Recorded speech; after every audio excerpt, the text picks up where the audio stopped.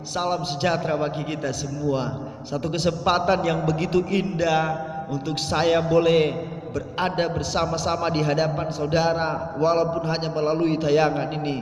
Tapi saya percaya ketika saudara sungguh-sungguh untuk mendengar, menikmati kebenaran ini, maka itu akan menjadi bagian hidupmu. Haleluya. Kesempatan ini saya akan berbicara tentang pengenalan akan Tuhan. Dan saya ambil dalam kitab Hosea pasal yang keempat ayat yang ke-6. Saya akan baca bagi kita semua. Umatku binasa karena tidak mengenal Elohim. Karena engkaulah yang menolak pengenalan itu, maka aku menolak engkau menjadi imamku.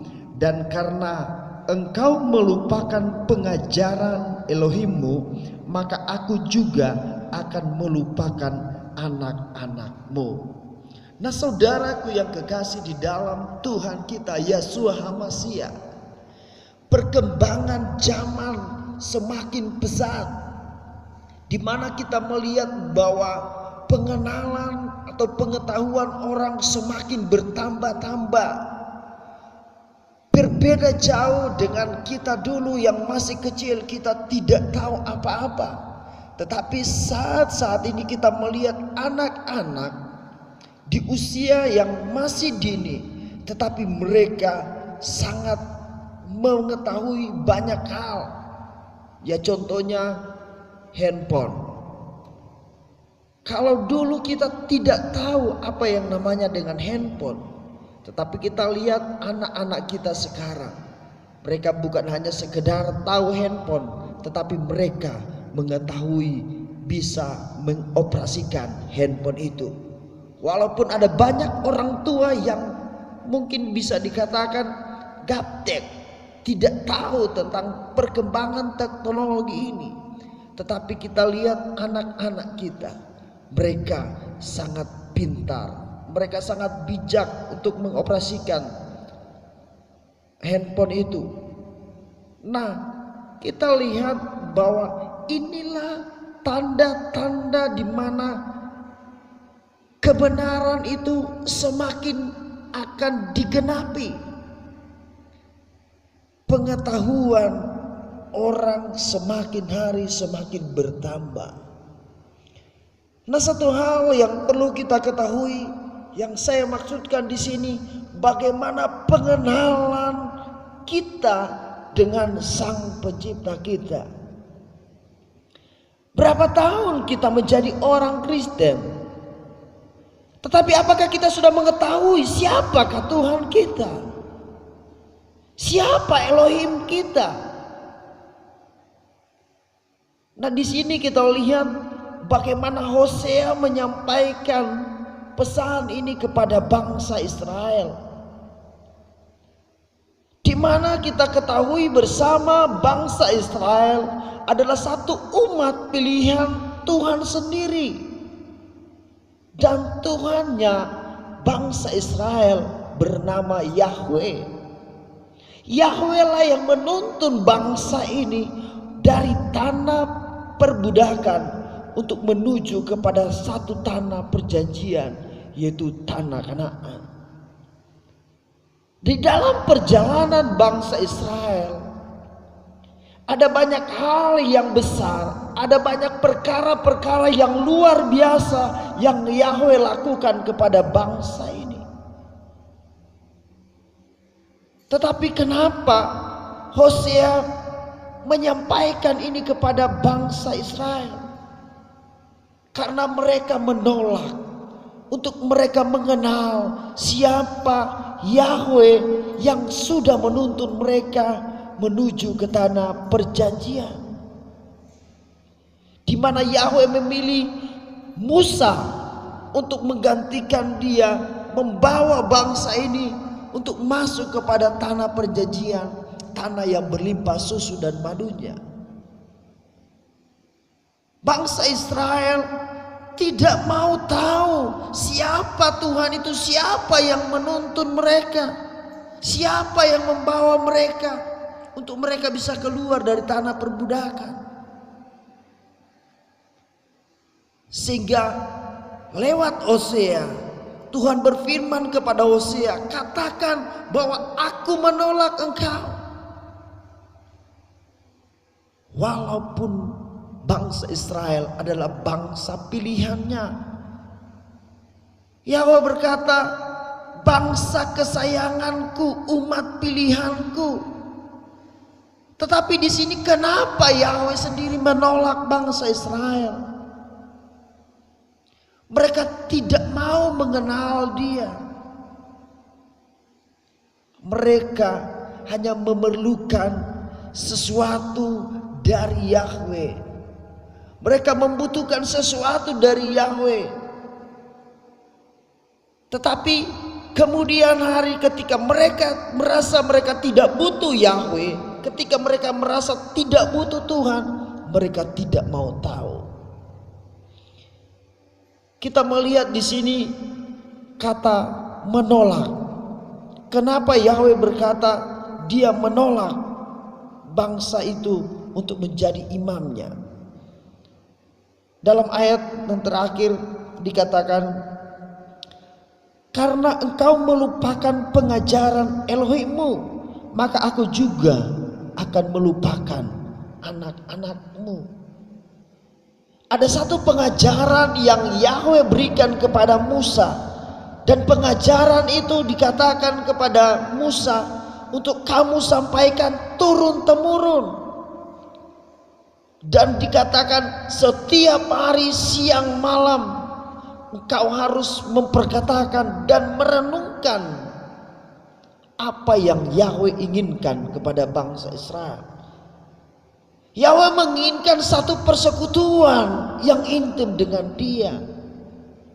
Di sini kata menolak, kalau dalam bahasa Ibraninya atau bahasa aslinya dikatakan yada, yaitu mereka menolak hubungan yang intim dengan Tuhan. Mereka menolak persekutuan dengan Tuhan. Karena mereka menolak untuk mereka bersekutu dengan Tuhan, sehingga Tuhan menolak mereka. Walaupun dikatakan bahwa bangsa Israel bangsa kesayangannya, tetapi akibat dari bangsa itu sendiri mereka menolak untuk mengenal Yahweh. Maka Yahweh berkata, aku melupakanmu, aku menolak engkau untuk menjadi imamku. Nah, kita sebagai pilihan Tuhan, ketika kita merespon, mungkin sebelumnya kita menjadi Kristen karena kita keturunan dari orang tua kita sudah menjadi Kristen. Jadi mau tidak mau kita sudah menjadi orang Kristen. Tapi kita harus tahu, kita harus mengenal siapa Tuhan Kristen yang sesungguhnya. Siapa Tuhannya kita? Tuhannya orang Kristen itu adalah Tuhannya Abraham, Ishak dan Yakub. Dan nama Tuhannya Abraham, Ishak dan Yakub adalah Yahweh. Yahweh yang sudah menuntun bangsa Israel untuk mereka keluar dari tanah perbudakan. Nah, dulunya kita, ketika kita belum mengenal Dia, kita ada dalam ikatan-ikatan, dalam perbudakan. Kita di dalam kutukan dosa. Tapi saat kita percaya kepada Yeshua HaMashiach, yaitu Yesus Kristus yang dulunya kita kenal, yang mati di kayu salib, Dia menyelamatkan kita, dan kita boleh ada sampai hari ini. Nah, mari saudaraku yang kekasih di dalam Tuhan, apakah kekristenan kita karena Kristen turunan, Kristen yang diwariskan oleh nenek moyang kita, karena orang tua kita, opung kita, oma opa kita orang Kristen, lalu kita menjadi orang Kristen. Tetapi kita tidak mengenal sesungguhnya siapa Tuhannya orang Kristen itu. Saya mau katakan hari ini, kalau engkau belum mengenal Dia, Mari kenallah Tuhanmu. Siapa Tuhanmu? Siapa Tuhan yang sudah menyelamatkan hidupmu? Dia Tuhan Yeshua HaMasyiah yang mau mati untuk dosa-dosamu. Dia mau mati untuk segala pelanggaranmu. Saat ini dia menantikan kedatanganmu. Berbaliklah kepadanya. Dan ketika kita datang kepada dia dengan sungguh-sungguh, kita datang minta ampun atas segala pelanggaran kita, maka dia Yahweh yang setia akan mengampuni kita dari segala pelanggaran kita. Dan dikatakan dia menyucikan kita dari segala dosa-dosa kita. Mari mengenal dia dengan sungguh-sungguh. Di dalam pasal 6 ayat yang ketiga dikatakan, marilah kita mengenal dia dengan sungguh-sungguh. Artinya dalam kita mengikut Tuhan, dalam kita menjadi orang Kristen, kita harus sungguh-sungguh mengenal dia. Jangan ketika kita datang ke gereja, kita hanya sambil lalu. Karena hari Minggu atau hari Sabtu wajib orang Kristen datang ke gereja, kita juga datang ke gereja.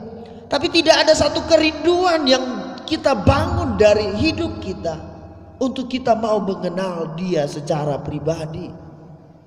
Untuk kita mau berjumpa dia dengan pribadi kita.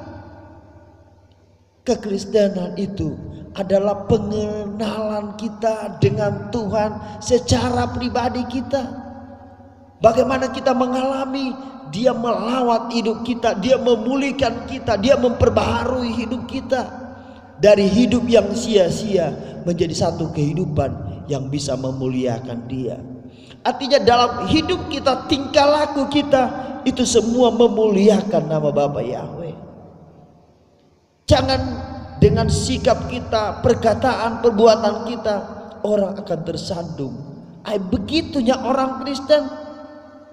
Kita tidak mempermuliakan Tuhan dalam hidup kita. Kenapa? Karena kita mau menolak pengenalan itu. Tapi pada kesempatan siang hari ini, marilah kita mau mengenal dia lebih lagi. Kita mau mengenal dia dengan sungguh-sungguh. Artinya ada sesuatu yang kita bayar. Kita mau bayar harga setiap apa yang kita lakukan sehingga bisa memuliakan Tuhan. Kita korbankan waktu kita. Kita korbankan sesuatu. Kenapa? Karena kita mau mengenal dia lebih dalam lagi. Dan saudaraku yang kekasih di dalam Tuhan, saya mau katakan satu hal bagi kita. Ketika kita punya kerinduan untuk kita datang mau menghampiri dia, kita mau mengenal dia lebih dalam lagi, maka kerinduannya lebih besar lagi. Dia mau bersekutu dengan kita. Dia mau ada satu jalinan yang terjadi dalam kita dengan dia. Ada hubungan yang erat, yaitu melalui doa-doa kita.